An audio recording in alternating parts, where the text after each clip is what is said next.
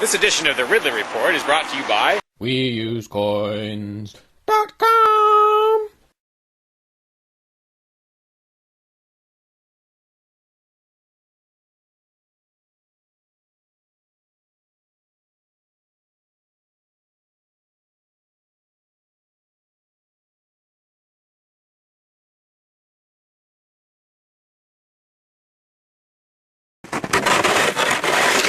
When I was out there a couple years ago, I tried to do a video, I got rid of some of the ice and did a little video about it, suggesting maybe that I shouldn't be the only one. I don't think anyone even paid any attention, unless I'm missing something.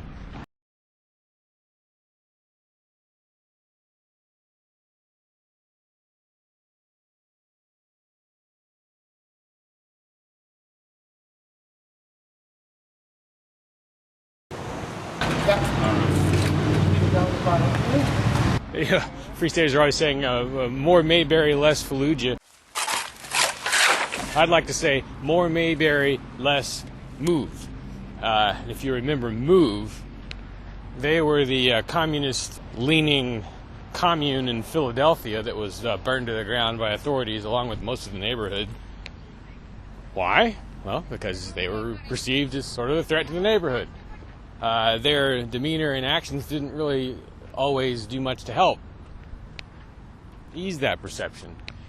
Initiation of property tax resistance. Simply put, I bought this land here under the impression that I own it. It should be accompanied by and thus associated with some sort of improvement to the neighborhood.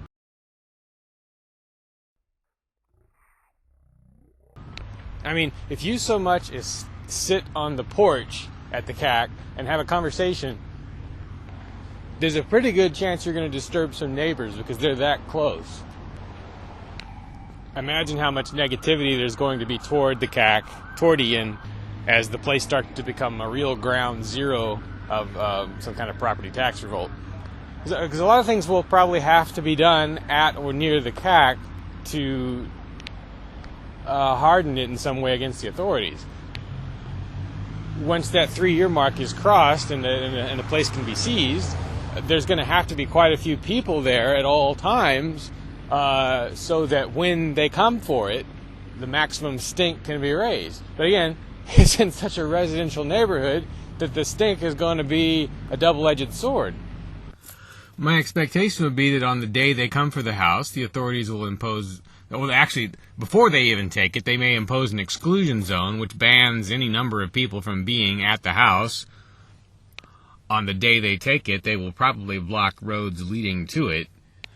The way you handle that, maybe, would be to create scenes of some sort at each of the roadblocks, or to occupy some piece of town property in response, peaceably, expecting to be dragged out of there.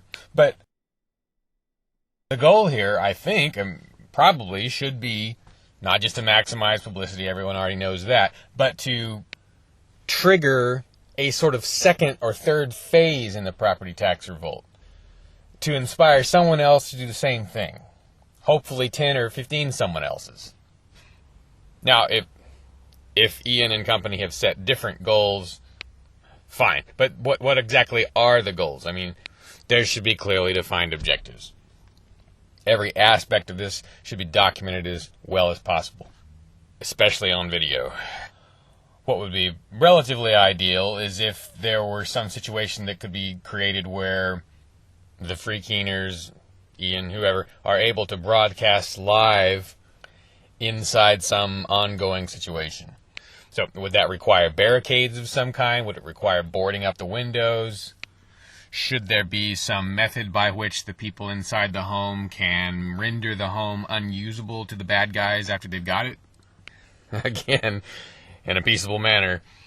Retreating armies, I guess in the days of old, would, well, I don't know if it was always done by retreating armies, but someone would sow the ground with salt, right, so you couldn't grow there. The Swiss, in their time, made plans to eliminate infrastructure on their withdrawal from Nazi troops in the event of an invasion. In our less warlike situation, what are the options for the free keeners? Are you in favor of this? Then why do you use this?